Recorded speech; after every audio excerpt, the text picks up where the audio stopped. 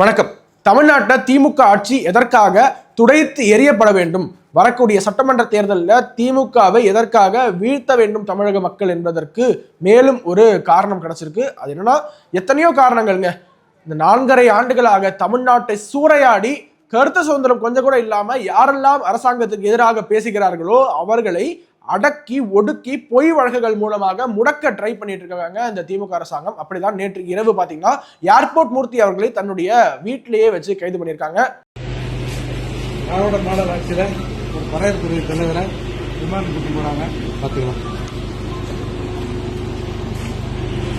Airport மூர்த்தி அவர்களை கைது செய்ததற்கு இவங்க வேறொரு காரணம் சொல்றாங்க. ஆனா உண்மையான காரணம் என்னன்னா, 4.5 ஆண்டுகளாக திமுக ஆட்சிக்கு பெரிய அளவுல குடைச்சல் கொடுத்துக்கிட்டு இருக்காரு. திமுகவுடைய கூட்டணி கட்சியான விசிகாவுடைய தலைவராக இருக்கக்கூடிய தொல் திருமாவளவர்களை அம்பலப்படுத்திக்கிட்டு இருக்காரு. இது முக்கியமான ஒரு காரணம். இது வேற யாருமே செய்யல. அதே சமுதாயத்தை இருந்துகிட்டு அந்த சமுதாயத்தை எப்படி விசிகா திமுகவிடம் அடமானம் வைத்துவிட்டு தங்களுடைய அரசியல் லாபத்திற்காக 2-3 எம்பி சீட்டுகளுக்காகவும் ஒரு சில எம்எல்ஏ சீட்டுகளுக்காகவும் தன்னுடைய சுய லாபத்திற்காக அவர்கள் எப்படி ஒட்டுமொத்த பறையர் சமுதாயத்தையும் ஏமாத்திக்கிட்டு இருக்காரு என்பதை ஏர்போர்ட் மூர்த்தி அவர்கள் புரட்சி தமிழகம் கட்சி என்ற கட்சியை ஆரம்பித்து அவருக்கு எதிராக வலுவாக கடமாடிட்டு இருந்தாரு. சோசியல் மீடியால பாத்தீங்கன்னா ஏர்போர்ட் மூர்த்தி அவர்களுடைய பல காணொலிகள் வைரலாக போயிட்டு இருக்கும். அப்படி திமுகவிற்கும் திமுக கூட்டணி கட்சிகளுக்கும் மிகப்பெரிய அளவுல குடைச்சல் கொடுக்கிறார் என்ற காரணத்திற்காக, அதான் முக்கியமான காரணம். அவருடைய ஆழ் மனசுல எப்படியாவது இவரை கைது பண்ணியே ஆக வேண்டும் என்ற ஒரு எண்ணம் ரொம்ப நாளாகவே இருந்தது. அதற்கு ஒரு 2 நாளைக்கு முன்னாடி டிஜிபி அலுவலகத்திற்கு முன்னாடியே ஏர்போர்ட் மூர்த்தி அவர்கள் விசிகா கட்சிக்காரங்களால தாக்கப்பட்டாரு. அதாவது அவர் அந்த இடத்துக்கு ஏதோ ஒரு வேலைக்காக போறாரு. அந்த இடத்திலேயே இடைமறித்து இவரை தாக்குவதற்காக சிறுத்தை குட்டிகள் பாய்ந்து ஓடி வந்தாங்க. அதை இவர் தற்காத்து கொண்டார். அவ்வளவுதான். He defended himself. He did not attack. முதல் அட்டாக் இவர் பண்ணல, அவரை தற்காத்து கொண்டாரு. அவர் மீது கொலைவெறி தாக்குதல் நடத்துவதற்காக மிகப்பெரிய முயற்சி நடந்தது. அங்க இதுக்கு முன்னாடியே பார்த்திருப்போம், பட்டியல் சமுதாய தலைவராக இருந்த ஆம்ஸ்ட்ராங் அவர்களை இந்த மாநிலத்துல படுகொலை செய்தார்கள். அந்த சம்பவத்தினுடைய வடுவை இன்னும் ஆறாம இருக்கக்கூடிய சூழல்ல இன்னொரு பட்டியல் சமுதாய தலைவர் மீது ஒரு தாக்குதல் நடத்துவதற்கு முயற்சி செய்கிறார்கள் என்றால் எல்லாருமே திமுகவுக்கு மட்டும் தான் ஜால்ரா அடிக்கணும். திமுகவை யாராவது எதிர்த்து பேசிவிட்டால் உங்களை கருத்தியல் ரீதியாக நாங்கள் எதிர்கொள்ள மாட்டோம், மாறாக வன்முறையை தான் நாங்கள் கையில் எடுப்போம் என்று திமுகவுடைய ஒட்டுமொத்த கூட்டணி கட்சிகளும் நினைச்சுக்கிட்டு இருக்காங்க போல. இது நிரந்தரம் கிடையாது. ஏனென்றால் எங்கெல்லாம் சர்வாதிகார ஆட்சிகள் தோன்றியிருக்கோ இந்த சர்வாதிகார ஆட்சிக்கு அனைத்திற்குமே ஒரு முடிவுரை எழுதப்பட்டிருக்கிறது. எங்குமே சர்வாதிகாரம் நிரந்தரமாக இருந்தது கிடையாது. இப்படி சர்வாதிகாரத்தனமாக தமிழ்நாட்டில் குண்டர் சட்டம், யார் மேல வேணா குண்டர் சட்டம் போடலாம் என்று இந்தியாவிலேயே அதிகபட்சமான குண்டர் சட்டம் பயன்படுத்தக்கூடிய ஒரு மாநிலமாக தமிழ்நாடு இருக்கு. பொலிட்டிக்கல் ஆப்பனன்ஸ், பொலிட்டிக்கல் எனிமீஸை இது போன்ற வழக்குகள் மூலமாக கைது செய்து திமுக அரசாங்கம் எவ்வளவு நாட்களுக்கு அவர்களுடைய அந்த அட்டூழியங்களை செய்ய முடியும் என்று பார்க்கலாம். இன்னும் தேர்தலுக்கு 7-8 மாசம் தான் இருக்கு. தேர்தலுக்கு 7-8 மாதமே இருக்கக்கூடிய சூழல்ல இது போன்ற ஒரு பட்டியல் சமுதாய தலைவரை, திமுகவுக்கு எதிராக செயல்பட்டு கொண்டிருந்த பட்டியல் சமுதாய தலைவரை நள்ளிரவுல அவரோட வீட்டுல போய் கைது பண்ணியிருக்காங்கன்னா இது திமுகவிற்கு பெரிய அடியை வரக்கூடிய தேர்தலில் கொடுக்க தான் போகிறது.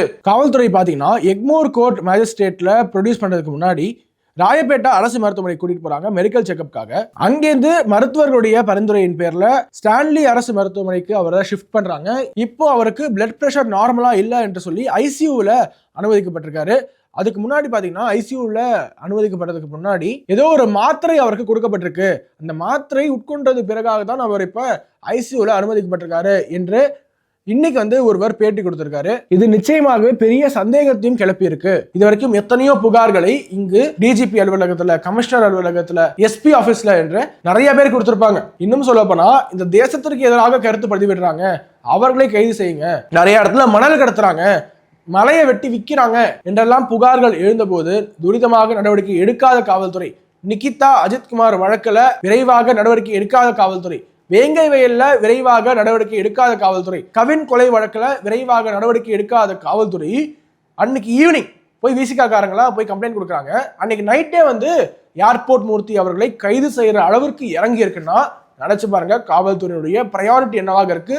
இங்க இருக்கக்கூடிய ஆட்சியாளர்கள், திமுக அரசாங்கம் காவல்துறையுடைய கைகளை எப்படி கட்டி போட்டிருக்கு. எதற்காக இந்த இஷ்யூவை இவ்வளவு ஸ்ட்ரெஸ் பண்ணி பேசுறோம்னா, இந்த ஒரு நிலை நாளைக்கு யாருக்கு வேண்டுமானாலும் வரலாம்.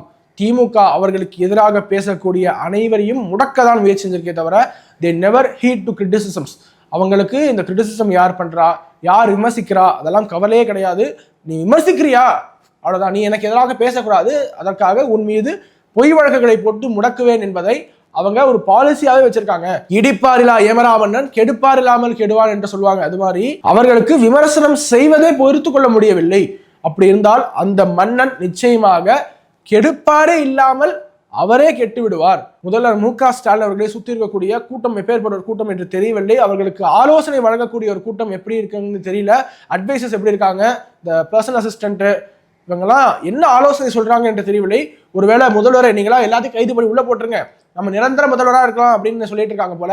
அது அப்படி யாராவது அவர்கிட்ட போய் சொன்னாங்கன்னா அவர்கள் தான் இந்த ஆட்சிக்கு முதல் ஆளாக முடிவுரை எழுத போறவங்க. இன்னைக்கு ஏர்போர்ட் மூர்த்தி அவர்களுக்கு ஆதரவாக நாம் குரல் கொடுக்காவிட்டால் நாளைக்கு நமக்கு இது நடக்கும் போது யாருமே குரல் கொடுக்க மாட்டார்கள். திமுக அரசாங்கத்திற்கு அரசியல் கட்சி தலைவர், இவன் சாதாரண தொண்டன், இவன் ஃபேஸ்புக் போஸ்ட் போட்டவன், அவ்வளவுதான், அப்பெல்லாம் பார்க்க தெரியாது.